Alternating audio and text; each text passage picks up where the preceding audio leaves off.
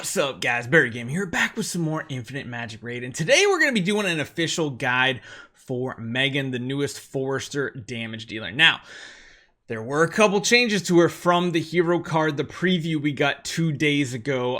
It kind of changes how you build the hero. She has less crit chance, more crit damage, so if you need to, you might need a gear or equip more for crit rate. We'll go over the changes first, and then we're going to go into what the hero is like, just so in case you guys want to know what the changes are. We'll talk about that, and then I'll go into emblems, auras, and all that fun stuff. So hopefully you guys enjoy this one.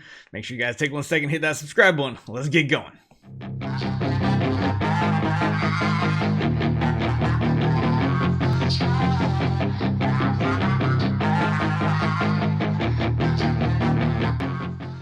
Okay, so here is our Megan. She is Awakened 5. She's Exclusive 3.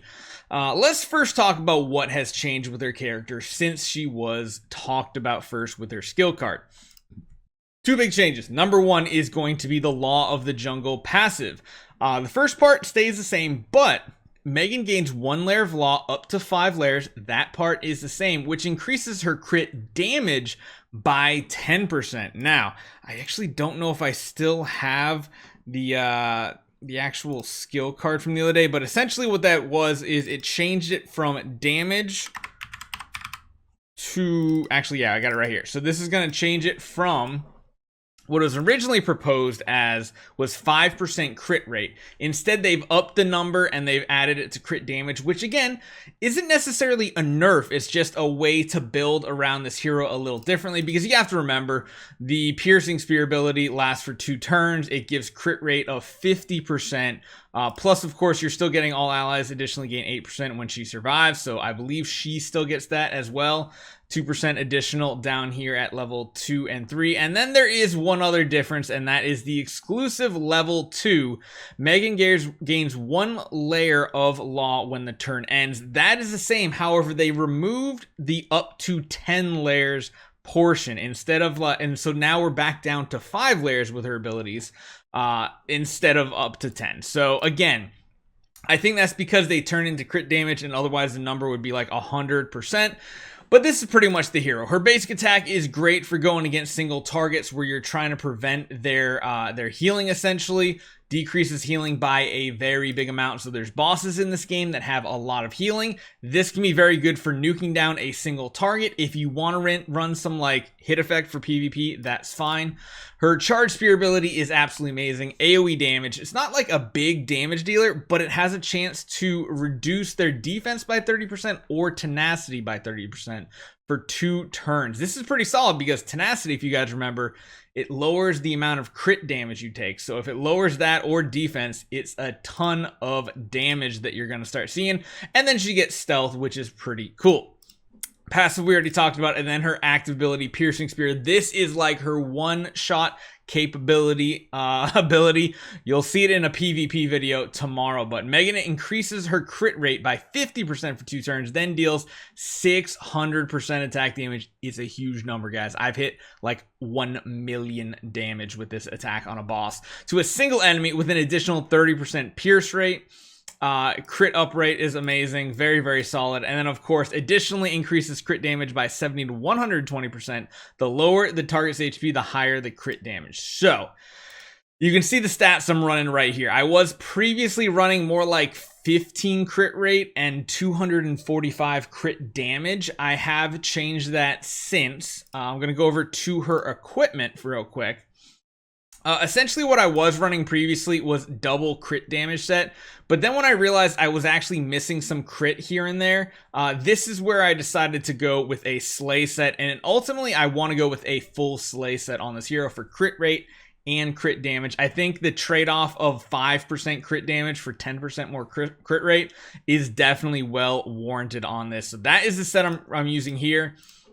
Every piece trying to get like some sort of speed, crit damage, attack, crit damage, attack rate, you know what I'm saying, trying to get that attack way up there. And then of course with her artifacts, we're going with ones that have crit damage. The Domination Fang with crit damage is just absolutely amazing. It's so good, including some crit rate. We got some attack on the Blood Drum, which actually I don't know if we found a better one. Not really, because I want one with the attack stat here, and then also here the harp. Yeah, no, that's more of like a PvP one. We have an attack one with some crit rate built into it. So overall, her stats are really, really good. Aura. So a lot of people aren't going to be able to have very high quality auras. I like the pristine attack aura. It gives her more crit chance on the basic attack.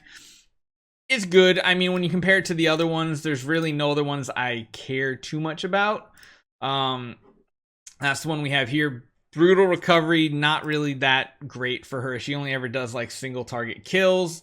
I don't think it's worth it, but her emblems, ooh, I love this right here. So we're going with attack up here instead of crit rate. Now, if you do need to work towards some crit rate, you don't have the good gear just yet, I would go with this over the attack, but seeing that we're going to be having like extremely high crit rate anyway with our active ability, I went with attack. And then of course, we're going full out damage. We're finding anything and everything that's going to boost our damage dealt. Kill a target, sure, give more damage. When I have a buff, deal more damage.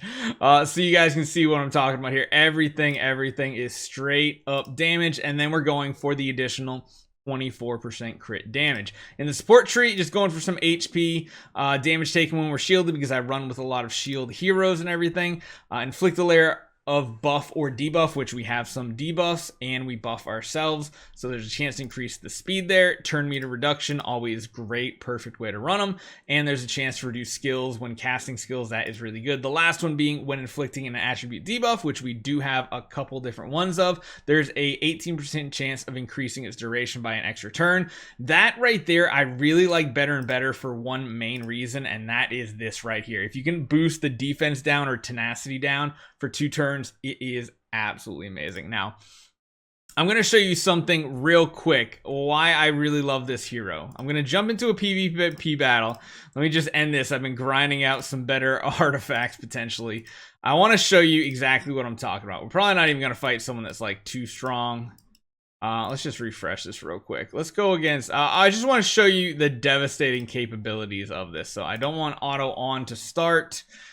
I've honestly been running double healing setup, like to just really help us out to stay alive. So here's what we're gonna do. Chances are we're not gonna go first, but I'll show you the combo that I've been doing lately. 1 for survivability, and 2 just to absolutely nuke the enemy team down, especially their highest damage dealer. So let's see what we can do here. We're gonna go slow because they have a space on their side. So we're silenced, we can't use our abilities. This is a really bad example. This one is a bad example for us right here, because it basically makes our first turn kind of useless here because we have to use a basic. Now, typically what I do is I take my Serena and I shield her up to give her stealth. That way, because she's a very squishy hero. Out of all of our heroes, she's by far the squishiest. So let's do an AoE attack here. You notice it doesn't do like a ton of damage, but what we're going to do now is we're going to pick off one enemy. Hopefully this Shia right here. So let's use this active ability right here. But look how much damage that does.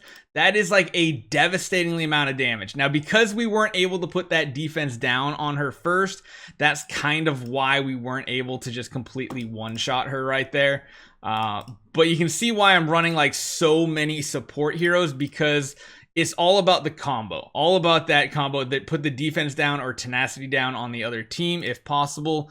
And then we're going to, actually, we don't even really need to do any healing. We're very well off right here. I'll see if we can get one more active off right here. So let's get a basic attack here. And I think I'm gonna pick like the back target here in a second to go after. We'll do one more fight because I really want to show you guys what it looks like to just like completely one-shot an enemy. I guess they're weak anyway, but here we go. Chase her down. Boom. 784,000 crit damage. Pretty insane, right? That's some good damage numbers right there. Oh, I hate when she shields like that. It's so annoying. Sometimes the auto battle is not great if you don't customize it yourself. Let's jump into one more battle here. I want to do one more and see if I can set up the combo the way I want to run it. You know what? We can go against something like that there. Yeah, we'll buy some more tickets. That's fine.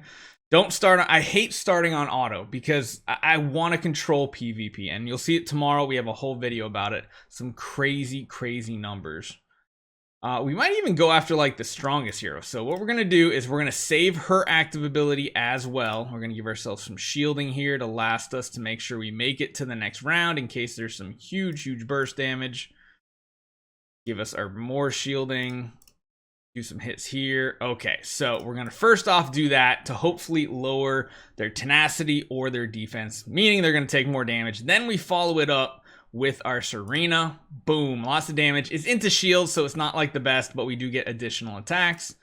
And then here we come to our big attack. So I think who I'm going to go for, actually I'm going to go for Oakman, I think, for the burn. So let's see if we can take him out in one hit.